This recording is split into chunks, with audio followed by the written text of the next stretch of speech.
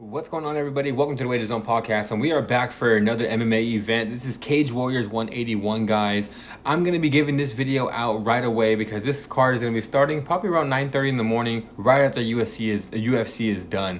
So, all right, guys, let's get right into this fight. I'm going to give you guys my 3-leg parlay, and then I'm going to have single bets for the rest of the night. So, all right, guys, first leg of the parlay is going to be Leon Armes. I'm going to be taking him to beat Miguel Folk.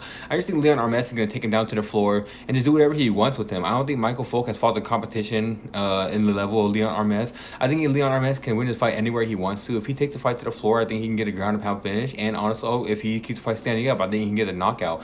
I think Leon Armes is going to do whatever he wants in this fight and just honestly win this fight either by knockout or submission, however he wants to. So give me Leon Armes as the first leg of that parlay. All right, guys, so the next fight is going to be Charles Joyner taking on Yanik Bahati. And yeah, guys, I'm going to be taking Charles Joyner as the second leg of that parlay. I think this is going to be the last fight for him right before he goes to the UFC, or Dana White calls him to the Contender Series. I think Charles Joyner is one of the best Muay Thai kickboxers I've seen in MMA recently. He has great takedown defense, and nobody seems to be able to get his tall frame down. And when he ends up standing with you, he ends up landing the hard shots. He ends up piecing you up from the outside. And I really like this guy's striking. So give me Charles Joyner to go in here and win this fight via knockout.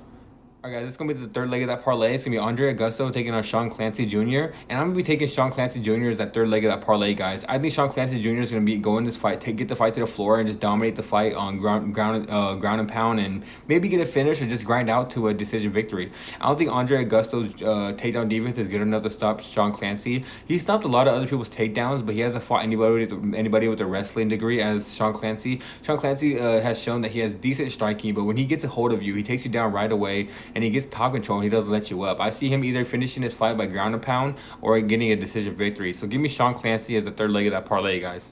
Alright, guys, it's going to be James Dixon taking on Pallata. And guys, I have a lot of underdogs in this card, so hopefully our dogs are cashing today. This is going to be James Dixon taking on Pallata, and I'm going to be taking Pallata on this one, guys. I think Pallata is going to go in there, take James Dixon down, and just grind him out until he gets tired and probably get a submission victory. James Dixon is a guy that just swings very heavy. He just fought in bare knuckle fighting. And to me, if you're fighting in bare knuckle, that just shows me you have no takedown defense, and you're trying to get into somewhere where you can land some hard shots. And yeah, you're able to do that in bare knuckle, but when it comes to MMA, guys can take you down to the floor, and I just really think that's going to happen. I seen James Dixon get taken down by a guy that has a 1-2 record. He got a single leg on him and took him down right away. And with Pallata, I just feel like he's going to be able to do whatever he wants with him on the floor. So give me Pallata to get this fight to the floor and win this fight via ground and pound or submission. Alright, guys, this next fight is going to be Bailey Gilbert taking on Albert Diaz, and I'm going to be taking Bailey Gilbert, guys. This guy is a very good jiu-jitsu technician, and I just really do believe he's going to be able to get this fight to the floor and grind him out and take him to deep waters and get a submission. Albert Diaz just fought a lot of low-level competition, and the one guy he did fight in Leon Hill that's actually very good. Leon Hill actually went in there and submitted him and took his back, and I just think Bailey Gilbert's going to do the same exact thing.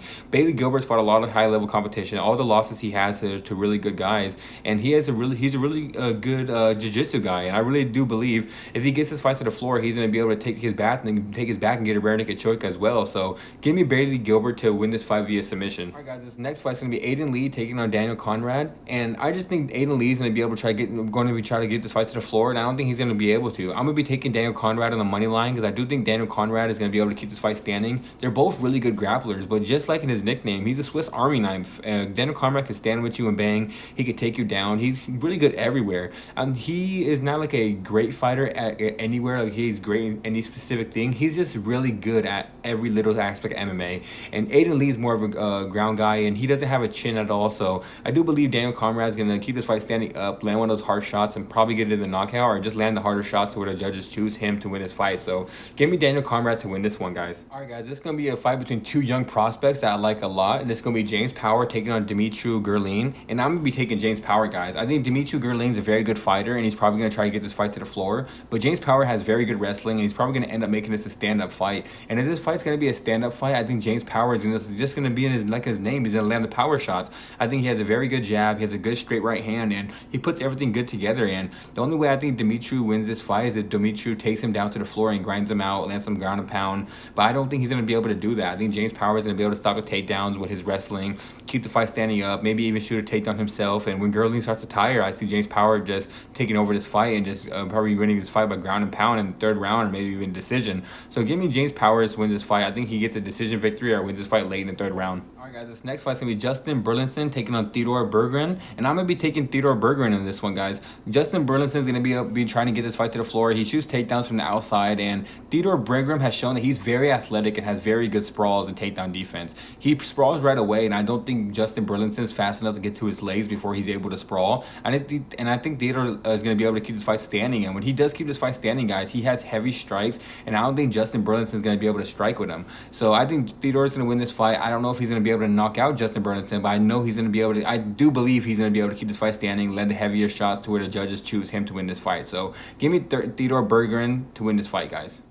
Alright guys, this next fight is going to be ShaSha Hak taking on Nicholas Leblond. And honestly guys, this is probably a hard pick. I'm going to be taking Nicholas Leblond. Nicholas Leblond is just one of those guys I like watching fight. He hits very hard. He has crisp combinations. He throws good leg kicks. He has good takedown defense. And he has good jiu-jitsu himself. But so the only way that I think ShaSha is going to win this fight is if he takes this fight to the floor and just grinds him out the whole time. But I don't think he's going to be able to do that. I think Nicholas Leblond is one of those guys that's going to be able to keep the fight standing, land the heavier shots, and probably go to the decision where the judges, it's probably going to be a split decision because one round he's going to be taken down and controlled. Next round he's going to be landing the heavier shots, and the third round it can go back and forth. I can see this fight going to a split decision and Nicholas pulling it off. So give me a Nicholas to win this fight via decision. Next fight is going to be Kennedy Freeman taking on Masalva Carmona, and I'm going to be taking Kennedy Freeman, guys. I just think she has a better camp, and I think she's fought the higher competition. I think just with her training partners has this girl fighting very smart, and she's not going to go out there and try to bang with you. She's going to go out there and get her takedowns,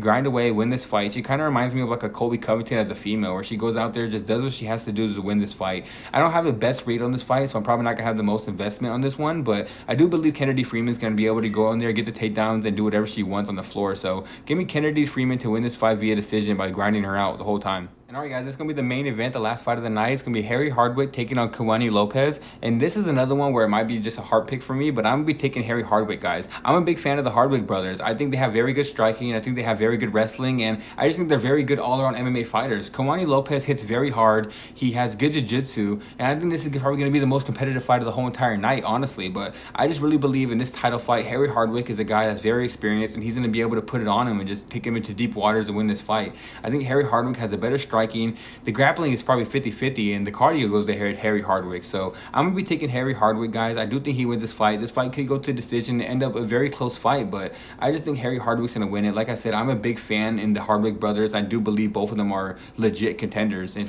to go to the UFC. So give me Hardwick to win this title fight and keep his title, guys. So alright guys, I am out of here.